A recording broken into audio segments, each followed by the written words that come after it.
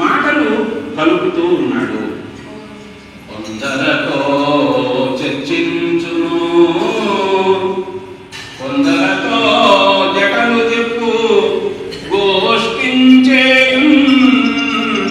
కొందరతో తక్కించును, కొందరతో ముచ్చటాడు, కొందరు నవ్వు. యజ్ఞం జరుగుతుంది కదా, అక్కడ ఎంతో మంది విప్రులు, పండితులు, కవులు అందరూ కూడా వచ్చి ఉన్నారు కదా. కాబట్టి వాళ్ళ దగ్గరికి అక్కడక్కడ వెళ్ళి కొంతమందితో మాట్లాడుతూ ఉన్నాడు, కొంతమందితో వేద విషయంలో చర్చిస్తూ ఉన్నాడు, కొంతమందితో వేదంలో జటాన్ని ధనాన్ని బాగా ఉంటాయి కదా భారం గురించి మాట్లాడుతూ ఉన్నాడు, కొందరితో పండిత గోష్ఠి చేస్తూ ఉన్నాడు, కొందరితో వాదము ప్రతివాదము అన్నట్టుగా మాట్లాడుతూ ఉన్నాడు, కొంతమందితో ముచ్చట్లాడుతూ ఉన్నాడు, కొంతమందితో నవ్వుతూ ఉన్నాడు. ఈ విధంగా ఆయన అట్లా చేరి మొత్తం మీద రాజు దగ్గరికి చేరాడు, బలి చక్రవర్తి దగ్గరికి చేరాడు. అతన్ని చూస్తూ ఎందుండనేతో ఎవరి వాడనంచు ఏమని పలుకుతో నా ఎంత వాడని నడవనేతో ఈ నడవడి అని ఎట్టు వకాడింతో పూని ముప్పో కలపోవనేతో అది నేర్తు ఇది నేర్తు అని ఏల చెప్పంగా నేర్పులన్నీయు నేననేతో ఒరులు గారు నాకు ఒరులకు నేనవుతో ఒంటివాడ చుట్టమొకడు లేడు సిరియు తొల్లి గలదు చెప్పెద నాటింటి సుజనులందు తరచు చొచ్చియుందు సుజనులందు తరచు చొచ్చియుందు. మహారాజా, బలిచక్రవర్తి నా గురించి అడిగినావు కదా, చెబుతున్నాను విను. నాకు ఇది స్థిరమైన నివాసము అనేటువంటిది ఏమీ లేదయ్యా. అంతటా తిరుగుతూ ఉంటా, భగవంతుడిగా ఉంటాడు కదా, ఒకటనే చెప్తాం. అలాగే ఒక చోట అనకుండా అన్ని చోట్ల తిరుగుతూ ఉంటాను. అలాగే ఎవరి వాడు అని అడుగుతూ ఉన్నావు కదా, మరి ఎవరి వాడని చెప్పేది అందరి వాడిని నేను. నా అంత నేనే నడుస్తూ ఉంటాను. అట్లాగే ఎలా ప్రవర్తించడం అనేటువంటిది కూడా ప్రత్యేకంగా చెప్పవలసినటువంటి అవసరం లేదు. అన్ని ప్రవర్తనలు కూడా నావేనయ్యా. ఏమి నేర్చుకున్నామంటే ఇది అది అని చెప్పేదానికి అన్నింటినీ కూడా నేను నేర్చుకున్నానయ్యా. ఇక నాకు ఏమీ కాకపోయినా నేను అందరికీ కూడా ఆప్తుడనయ్యా. ఇప్పుడు ఒంటరి వాడుగా ఉన్నాను, నాకెవరు బంధువులు లేరు. ఇంతకుముందు నా పక్కన సిరి అని ఒక ఉండేది, ఇప్పుడు ఆమె లేరు అంటూ ఎక్కడ నా నివాసము అడుగుతున్నావు కదా. ఎక్కడైతే సజ్జనులు ఉంటారో, సత్పురుషులు ఉంటారో, సాధువులు ఉంటారో అక్కడ నేను ఉంటాను. సుజనులందు తరచు చొచ్చియుందు అంటూ ఇంకా ఎప్పుడైనా సరే ఎవరైనా సరే ఒక చోటకు వెళ్ళినప్పుడు మాటలు కలిపేటువంటి సందర్భంలో ఎదుటి వాళ్ళలో ఉండేటువంటి సుగుణాలని ప్రశంసించేటువంటిది జరుగుతుంది. కాబట్టి ఈ వామనుడు కూడా బలిచక్రవర్తి యొక్క వంశం గురించి, బలిచక్రవర్తి యొక్క దానంలో గురించి కూడా ప్రస్తావన అనేటువంటిది చేస్తూ ఉన్నాడు. అయ్యా బలిచక్రవర్తి, మీరు చాలా గొప్పవారు, చక్కగా ధర్మాన్ని ఆచరించేటువంటి వారు. అలాగే వితరణ దానం అనేటువంటిది చేయడంలో మీకన్నా గొప్పవాళ్ళు మరెవరు లేరయ్యా. దాన వీరులు అని మిమ్మల్ని అందరూ కూడా పొగుడుతూ ఉన్నారు. అలాగే మీ వంశంలో పూర్వీకులు కూడా, మీ తాతగారు ప్రహ్లాదుడు, ఆయన ఎంతో గొప్పవాడయ్యా.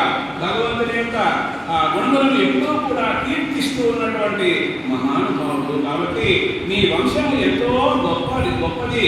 కాబట్టి సముద్రం అంతటి కీర్తిని కలిగినటువంటి వాడు నీవు అని చెబుతూ, ఇంకా కూడా ఈ బలిచక్రవర్తి యొక్క వంశంలో పూర్వీకుల యొక్క గొప్పతనాన్ని ప్రశంస చేస్తూ, అయ్యా బలిచక్రవర్తి, నీ పూర్వీకుల్లో నీ తండ్రి వైరోచనుడు, ఆయన తండ్రి ప్రహ్లాదుడి తండ్రి హిరణ్యకశిపుడు, ఈ హిరణ్యకశిపుడు ఏం చేశాడంటే తన యొక్క సోదరుడైనటువంటి హిరణ్యాక్షుడిని మహావిష్ణువు వరాహ స్వరూపంలో అవతరించి సంహరించాడనేటువంటి ద్వేషం మనసులో పెట్టుకున్నటువంటి వాడే ఎక్కడ ఉన్నాడు హరి చంపేస్తానంటూ దేవలోకానికి వెళ్ళాడు. వైకుంఠానికి కూడా వెళ్ళాడు. వైకుంఠానికి వెళితే అక్కడ ఇప్పుడు సమయం కాదు ఇతనికి కనిపించడం ఆశ్చర్యం పొందగన్. బ్రాహ్మణోత్తముడైనటువంటి వాడు ఈ వ్రతములు చక్కగా ఆచరించేటువంటి ఈ విష్ణు స్వరూపుడైనటువంటి ఇతనికి 3 అడుగుల భూమిని నేను దానం చేస్తూ ఉన్నాను అని రాక్షసేశ్వరుడైనటువంటి బలిచక్రవర్తి ఆయన యొక్క పాదాలను పూజించినటువంటి వాడే నీటిని ధారగా అలాగా పోస్తే గురువు ఏం చేశాడంటే ఆ నీరు పడకుండా అడ్డుపడాలి అనుకుంటున్నాడు. నీరధార పడనీక అడ్డంబుగా కలశరంధ్రమాపగా తెలిసి హరియు కావ్యునేత్రమట కుశాగ్రంబుల నడువ ఏకనేత్రుడయ్యనతడు. నీళ్లు పడకుండా ఉంటే దానం ఇచ్చినట్టు కాదు కదా. అందుకని ఆ 12 నుంచి నీళ్లు పట్టేటప్పుడు అక్కడ ఉండేటువంటి ఆ గొట్టం ద్వారా నీళ్లు రాకుండా దానికి ఒక సాధకుడు రూపంలో ఉండి అడ్డుపడితే వెంటనే వామనుడు దర్భం ఉంది కదా తన దగ్గర, ఆ దర్భతాన పొడిచాడు నీళ్లు వచ్చేదానికోసం. అప్పుడు ఆ సాధకుడు రూపంలో ఉన్నటువంటి శుక్రాచార్యుడు కన్ను పోయింది. అప్పటి నుంచి ఈ శుక్రాచార్యుడు ఏకాక్షుడయ్యాడు. ఒక కన్ను మాత్రమే ఉన్నటువంటి వాడు అయ్యాడు. ఆ విధంగా ఆ సమయంలో నిజన నియమాధారం జనితాసుర యువతి నేత్ర జలకణధారం ధనుజేంద్ర నిరాధారం వనజాక్షుడు కొనియే బలి వివర్జిత ధారం. బలి చక్రవర్తి నీళ్ళు అలా వదులుతూ ఉంటే ఆయన ఆనందంగా వటుడు విష్ణు భగవానుడు దాన్ని స్వీకరించినాడు. కాబట్టి ఇక్కడ బలి చక్రవర్తితో సమానమైనటువంటి మరొక మహారాజు లోకంలో లేడు అని చెప్పుకోవచ్చు. గురువు చెబుతూ ఉన్నా సరే రాజ్యమంతా పోతుంది అని తెలిసినా కూడా ఆ విధంగా దానమిచ్చినాడు. ఇంతటి దానం ఇచ్చేటువంటి మహానుభావుడు లోకంలో లేడు అని అందరూ కూడా గొప్పగా ప్రశంస చేస్తూ ఉన్నటువంటి ఆ సమయంలో ఇలా బలిచక్రవర్తి యొక్క సైన్యం కొంత ఉంటే ఆ సైన్యం ఏం చేసిందంటే మన రాజుకి ఈ విధంగా రాజ్యమంతా పోతూ ఉంది కదా, దీనికి కారణం ఈ విష్ణువు కదా. అప్పుడు ఆ విష్ణువు యొక్క అనుచరులు ఉంటే అనుచరుల మీద దాడి చేసే ప్రయత్నం చేస్తే ఆ యుద్ధంలో అనుచరులందరూ ఓడిపోవడం జరుగుతుంది. అప్పుడే వరుణ పాశము అనేటువంటిది బలిచక్రవర్తిని బంధించడం జరుగుతుంది. ఆ బంధించినప్పుడు అప్పుడు ఆ బంధన అనేటువంటి దాన్ని చూసినటువంటి విద్యావళి భాగైన విద్యావళి నమస్కారం చేసి భగవానుడు ఏంటి మా వారికి ఇలా బంధనం అనేటువంటి వరుణపాశం అనేటువంటి బంధించాలి అని అడిగితే ఆ తర్వాత అక్కడే ప్రహ్లాదుడు కూడా వస్తాడు. వీళ్ళు కాకడారు ఆయన కూడా వచ్చి నువ్వు బంధించావయ్యా, బంధనం కూడా ఈయనకి వేరే చేకూరుస్తుంది అని అంటూ ఉంటే బ్రహ్మదేవుడు అడుగుతాడు ఏమయ్యా ఆయన ఎందుకు ఇట్లా బంధించావని అడిగితే అప్పుడు ఆ సమయంలో అయితే ఇక్కడ భగవానుడు వెంటనే ఏం చేశాడంటే తన విశ్వరూపాన్ని చూపించాడు. విశ్వరూపాన్ని ఇంతింతై వటుడింతై మరియు తానింతై నభో వీధి పైనంతై తోయల మండమాత్రమున కల్లంతై ప్రభారాశి పైనంతై చంద్రుని కంతయై ధ్రువుని పైనంతై మహర్వాటి పైనంతై సత్యపదోన్నతుండగుచు బ్రహ్మాండాంత సంబద్ధియై. 3 లోకాలను తెలుసుకోవాలి కాబట్టి విష్ణు భగవాను క్రమంగా పెరగడం మొదలుపెట్టాడు. ఇంతగా ఉన్నాడు, ఇంకా పెద్దవాడాడు, ఆకాశం దాకా చేరుకున్నాడు, మేఘమండలానికి చేరుకున్నాడు, తేజో రాశి దగ్గరికి చేరుకున్నాడు, చంద్రుని దగ్గరికి చేరుకున్నాడు, ధ్రువలోకం దగ్గరికి చేరుకున్నాడు, మహర్లోకం దగ్గరికి చేరుకున్నాడు. మామూలుగా భూలోకం, సువర్లోకం, మహర్లోకం, సత్యలోకం ఉంటారు కదా, సత్యలోకం దాకా చేరుకోవడం అనేటువంటిది అలా జరిగింది. అలా జరిగి ఆయన ఏం చేశాడు, అలా పెరిగేటప్పుడు ఈ భగవానుడికి ఈ విధంగా పెరుగుతూ ఉంటే సూర్యుడు మొట్టమొదటి రామని గొడుగులాగా ఉన్నట్ట. ఆ తర్వాత ఇంకా పెరుగుతూ ఉంటే శిరోరత్నంలాగా ఉన్నాడంట సూర్యుడు.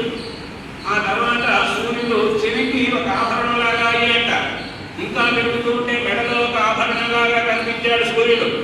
అలాగే ఇంకా పెరుగుతూ ఉంటే భుజకీర్తిలాగా ప్రకాశించాడు సూర్యుడు. ఆ తర్వాత ఇంకా పెరుగుతూ ఉంటే చేతికి కంకణంలాగా ప్రకాశించాడు. ఇంకా పెరుగుతూ ఉంటే ఈ నడుము భాగంలో ఉండేటువంటి ఆ ఉద్యానానికి అనుకోండి, మౌంతి అనుకోండి, దానికి ఉన్న గంటలాగా ఉన్నాడట. ఆ తర్వాత ఇంకా పెరుగుతూ ఉంటే కాలికి ఉండేటువంటి మువ్వలాగా ఉన్నాడు. ఇంకా పెరుగుతూ ఉంటే సూర్యుడు ఈయన పాదములకు పీఠంగా ఉన్నాడట. అంత గొప్పగా విశ్వమంతా నిండిపోయాడు. మహానుభావుడుగా నిండిపోయి ఆ విధంగా ఒక పాదమున భూమి కప్పి దివి వేరుండనియోచించి ఒండుగటం నీటి జగములెల్లబడి ఒండుంటిందిలంకించి పట్టక బ్రహ్మాండ కథాంగి వేంద్రంబై పరుణ్ కానరాకొకడై రుద్రుగలభ్యుడై అది విపుండు వారి విశ్వాకృతి ప్రపంచమంతా నిండిపోయేంతగా అలా వ్యాపించినటువంటి వాడే ఒక పాదంతో భూమి కొలుచుకున్నాడు, ఒక పాదంతో ఆకాశాన్ని కొలుచుకున్నాడు.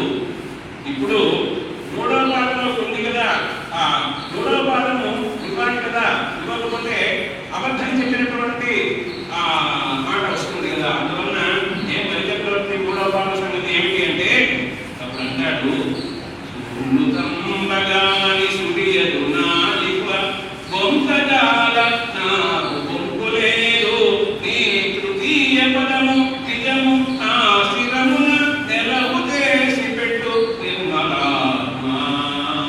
నేను అబద్ధం చెప్పనయ్యా, మూడవాడు కూడా నేను నీ పొంచుకునేదానికి ఇస్తాను. ఇదిగో నా శిరస్సు ఉంది కదా, నా శిరస్సు మీద నీ పాదాన్ని ఉంచు అని చెప్పడం అనేటువంటిది జరుగుతుంది. ఈ విధంగా గానించినటువంటి మహానుభావులు ఎవరైనా ఉన్నారంటే లేదు. ఇలాంటి సమయంలో బ్రహ్మదేవుడు ఆయన దగ్గరికి వచ్చి వనపాశంతో బంధించినటువంటి సందర్భంలో ఏమిటైనా బంధించాలో వాళ్ళు అడుగుతూ ఉంటే ఎవరిని కాపాడాలనుకుంటానో వాళ్ళని నేను బంధిస్తూ ఉంటాను, వాళ్ళ సంపదంతా హరిస్తూ ఉంటానని చెప్తున్నాడు భగవాన్. ఎంత సంపదన్నా ఉండాలి, ఎంత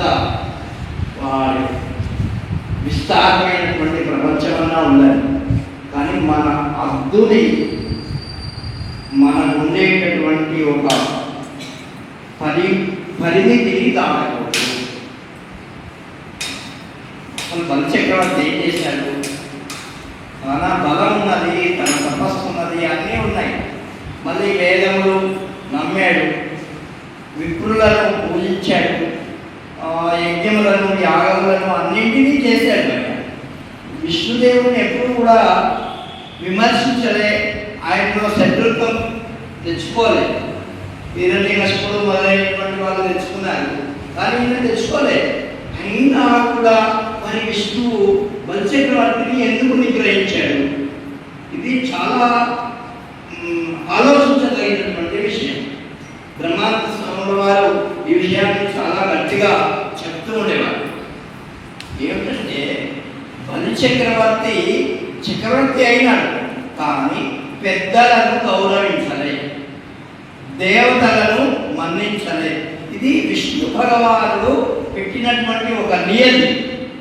ఆ నియతిని ఆయన తిరస్కరించాడు, దేవతలను బాధించాడు, ఆయన రాజ్యాన్ని కూలగొట్టాడు, ఇంకా ఎంతో మందిని ఇబ్బంది పెట్టాడు. ఆయన దీంట్లో మన సంస్కృత భాగవతంలో ఈ వాయువు వచ్చి ఆయనకు ఆజ్ఞ తెలిసేదట, వర్షదేవుడు వచ్చి ఆలుకు చల్లేవాడట.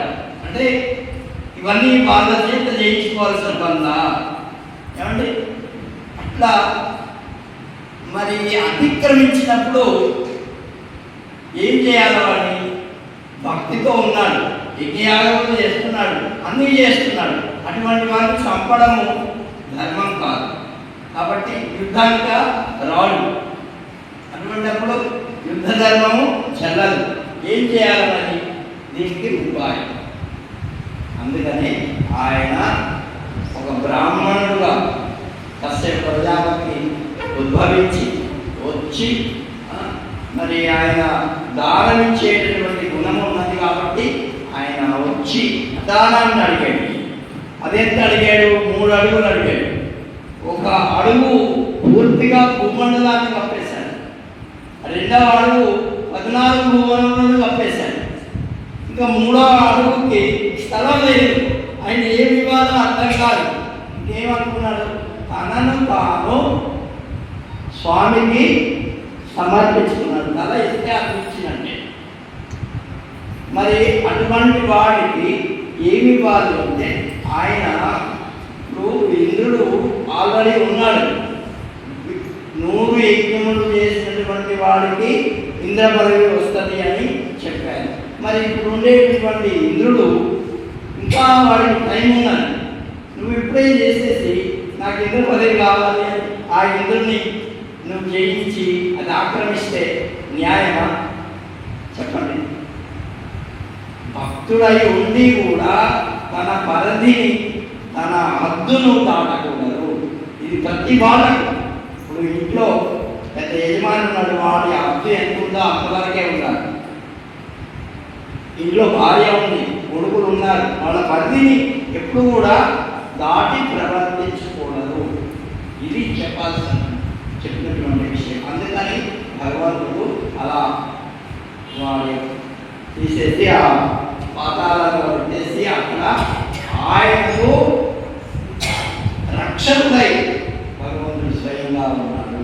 అది దీని యొక్క మరొక విషయం ఏమిటంటే, బ్రహ్మాండ స్వామి వారు చెప్తూ ఉండేవారు, ఎప్పుడూ కూడా నీకు ధనము, మదము, బలము ఇవన్నీ ఉన్నాయని తనకంటే గొప్పవారిని తిరస్కరించకూడదు. ఇది ప్రధానమైనటువంటి విషయం. దీంట్లో వామన చరిత్రలో తెలుసుకోవాల్సినటువంటి విషయము.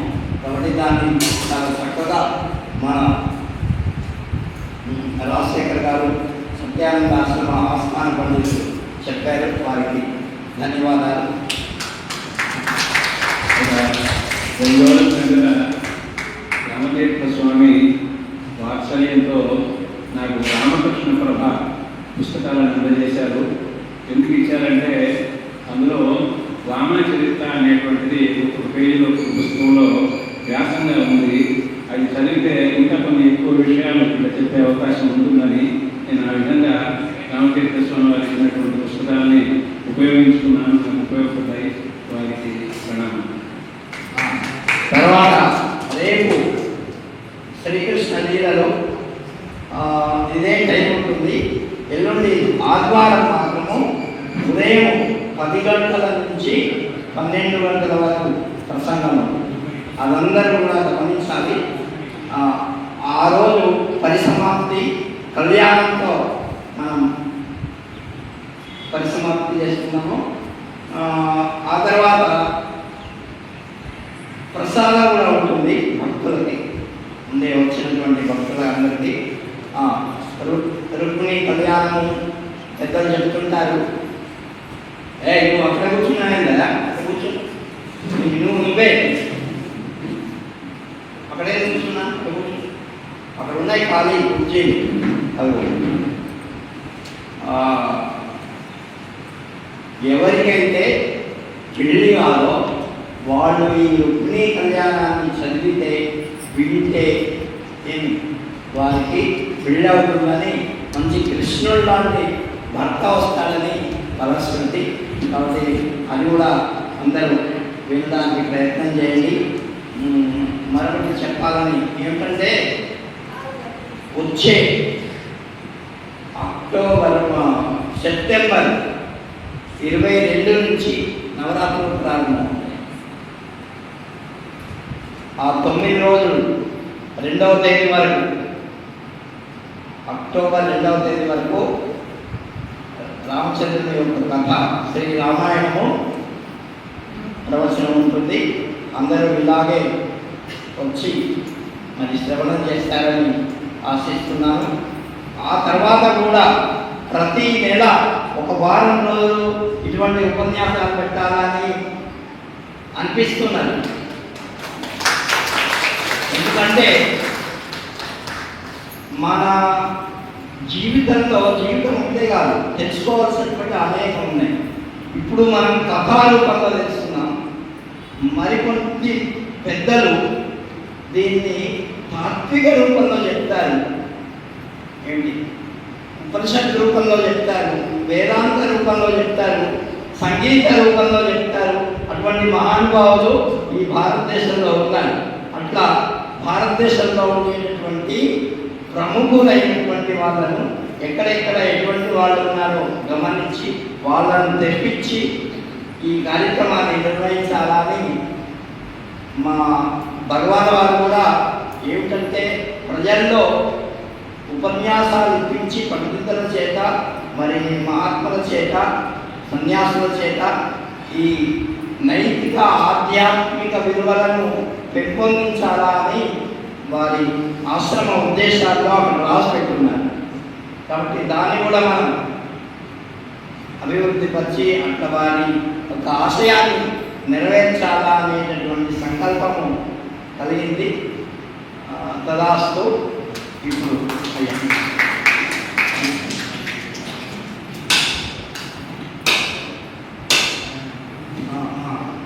మీరు నెల్లూరులో ఉంటారు సమయానంద స్వామి వారు కూడా ఇప్పుడు చేశారు.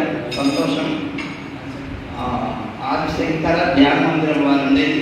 నేను కూడా అప్పుడు ఎంతో ఒకసారి వెళ్ళాను అక్కడికి. హరి ఓం తత్సత్. ఓం రామాయ స్వాహ, ఓం నమాయ స్వాహ, ఓం యానాయ స్వాహ, ఓం దానాయ స్వాహ, ఓం స్మరణాయ స్వాహ, ఓం మధ్య మధ్య పాని పునః పునః ప్రాణాయ నమః, ప్రాణాయ నమః, జ్ఞానాయ నమః, ఉదారాయ నమః, ఓం సమానాయ నమః, ఓం ప్రక్షాళనం ప్రక్షాళనం తతో భగవతాదే గణం పుష్పం సమర్పయామి, తతో కర్పూర మంగళ నీరాజనం దర్శయామి.